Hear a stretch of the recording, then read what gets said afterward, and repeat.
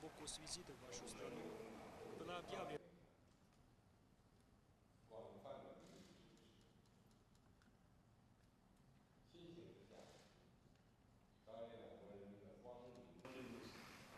за приглашение посетить Китай с государственным визитом и принять участие в первом саммите глав государств в формате Китай-Центральный. На основе взаимодоверия, взаимного уважения и взаимной поддержки интересам наших стран и народов. Благодарю вас за теплый прием и радушие, оказывали мне и моей делегации.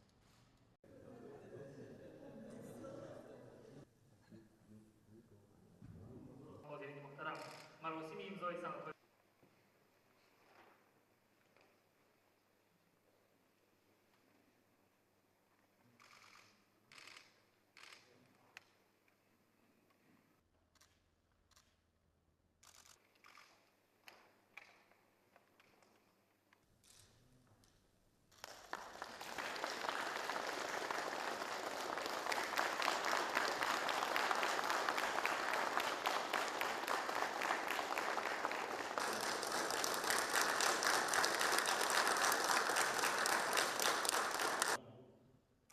سازشنامه و پروتکل بین حکومتی درباره برگزاری تمرین‌های مشترک سیویل استودیوی طبی معین کردن دهنده و یادداشت تفاهمی بین دولت‌ها را به امضا می‌رسانند.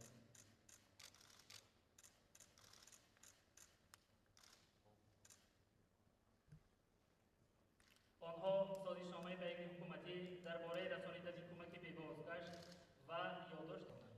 تفاهمی بین دولت‌ها را به امضا می‌رسانند. 民用航空器搜救协议。 آنها یادداشت تفاهم همکاری آید به توسعه یادداشت تفاهم همکاری آید به توسعه امید اقتصادی تجارتی و建设项目交接证书，国新办和塔广电委合作备忘录。省和哈特龙州邮政交流计划，渭南市和哈特龙州加拉区友好合作议定书。 آنها پروتکل تصدیق رویکردی لایحه‌های مشترک 南市和哈特龙州加拉区友好合作议定书。 آنها پروتکل تصدیق رویکردی لایحه‌های مشترک 先是葡萄疏滑检疫议定书。